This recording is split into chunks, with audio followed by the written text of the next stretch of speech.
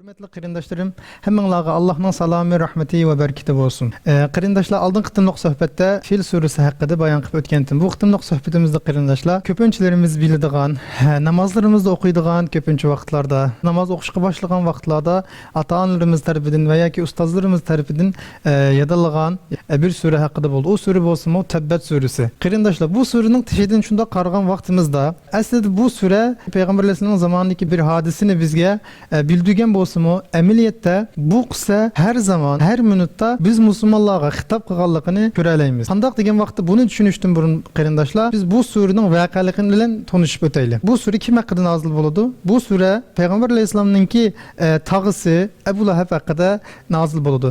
Əbu Ləhəb Peyğəmbərimiz sallallahu aleyhi və səlləm tuğulğan vaxtda intayın xuşallıqıdın şu xəbərini əpkəgən özününki qulunu şu vaxtda azad qılıdı. Yəni Əbu Ləhəb Peyğəmbər əleyhissalamın intayın yaxşı gördüğən ən söyümlük, ən yıqın tuqqundan biri hesablandı Peyğəmbər Efendimizdən. Onda qoz qandaq boldu. Bu Əbu Ləhəb Peyğəmbərimizə qarşı çıxdı. Peyğəmbərimizin ilib gələn təvhidə qarşı çıxdı. Biz bunlardan qandaq dərs çıxırıq?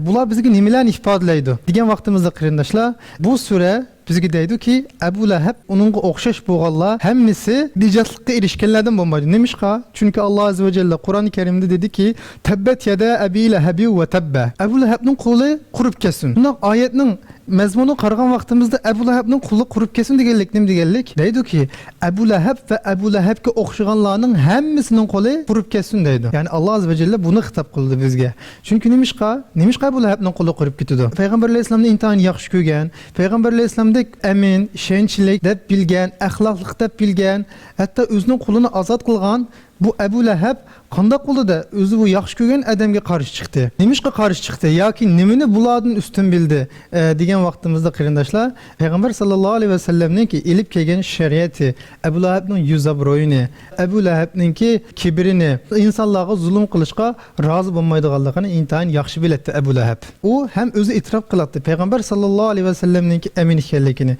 Peyğəmbər sallallahu aleyhi və səlləmnin rastçıl ikənligini. Onunğa rağmen Əbu Ləhəb özünün yüzabroyunu, mal dünyasını üstün bildi. Bu sebeplik Allah Azze ve Celle nem dedi? Peygamber sallallahu aleyhi ve sellemge ve enzir aşiretekel akrabin. İ Muhammed aleyhisselam özünün tuqqallarını agahlandır, cehennemden agahlandır degen bu ayet düşken vaxtda özünün tuqqallarını çağırıp, özünün kabilestikilinin hemmelerge özünün aile balabaqlığını cehennemden saklap kılınla, qoğdap kılınla degen vaxtda Əbu Ləhəb tebbenlik bizni muşnuğum çağırıp atamsa elin kolun kurup kesin degen vaxtda Allah Azze ve Celle Əbu Ləhəb haqqında ayet düşürüp dedi ki senin kolun kurup kesin. Sana oxşaş boğallar kurup kesin. Sana oxşaş mal dünyanı bilgenler kurup kesin bizge. Yani bütün Müslümanlara bir hitabını biz bu yerden bilələyimiz. Hürmetli qarindaşlar, onun dinkin sürünün ahırda ma agna anhu maluhu ve ma kasab.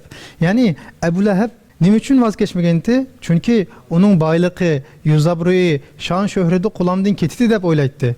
Onun izzeti, kibri qulamdan ketdi deb o'ylaydi. Shuningga Allah Azze ve Celle dedi ki: "Ma agna anhu maluhu ve ma kasab." Onun tapqalları, pul mal dünyası, dünyada işleganları hem binası onu bu cehennemden qutquzub qalanmadı. Bu azgınlıqdan qutquzub qalanmadı deb aşındaq dedi. Ve onundan keyin Əbu Ləhəbnin ayalı Peyğəmbərimiz sallallahu aleyhi ve sellemge özününki hata yoldamagan erige hemdemde bulup Peyğəmbər sallallahu aleyhi ve sellemge her daim eziyet biretdi. Bu sebeplik hatta Peyğəmbərimiz sallallahu aleyhi ve sellem bilen üy yıqın boğanlık için alemge rahmet boğan Peyğəmbərimiz mağadıgan yollağa dikenler koyatdı ki Peyğəmbər aleyhisselam buna olan eziyet çeksin de. Bu sebeplik Kur'an-ı Kerim'de ahırda ve mraatuhu hammaletel hatab degen halda bu otun taşıgan, tikenler taşıgan bu Əbu Ləhəbnin ayalımı cehennemde de bizge bunu bildiriyatdı. Biz bunun nemine çıkarımız. Biz Musullar bugünkü günümüzge nemine hitap kılıvatıdı. Yeni bir sorğan vaxtımızda Əbu Ləhəb'e oxşaş ve Əbu Ləhəb'nin yardımçıları bolsun. Əbu Ləhəb'e oxşaş onunla yardımçı olan tuqqunu bolsun. Kim bolsun ulamı cehennemde digerlik ifadələydi. Şundaq bir qarsak bu sure her bir şəxs kişi bu Əbu Ləhəb'dek bolmusun. Əbu Ləhəb'lərdek boğan insanların kolu kurup kessin. Ey Müslümanlar, Əbu Ləhəb'dek bolap qalışdan saqlanыңlar. Əbu Ləhəb'nin ayalıdek bolap qalışdan saqlanыңlar digerlikini biz bu dərsdən əlbəttə çıxara alayımız qarindaşlar. Bu sebeplik biz hayatımızda nurgulluğun insanlar yaşayotgan dünyasida bazı fikir, bazı ideologiyalar üçün can köydürdü, o yolda fidakarlık gösterdi. Ama biz mi Müslümanlar bu yoldan izip ketmezlikimiz için özünün Müslümanlık ideologimizden, Müslümanlık fikrimizden, Müslümanlık meydanımızdan izip ketmezlikimiz için Allah Azze ve Celle Ebu Leheb'le okşaş, muşlarının karakteri okşaş ve onun yardım kılgan ayağının karakteri okşaş boğan insanların hayatını bize körçüsü arkalık deydi ki ey Müslümanlar, sizler mi buladek bulap kalmanlar, sizler bularının yoluna düşüp kalmanlar ki sizler mi cehennemge girmek, cennetke girinler deydi Allah Azze ve Celle.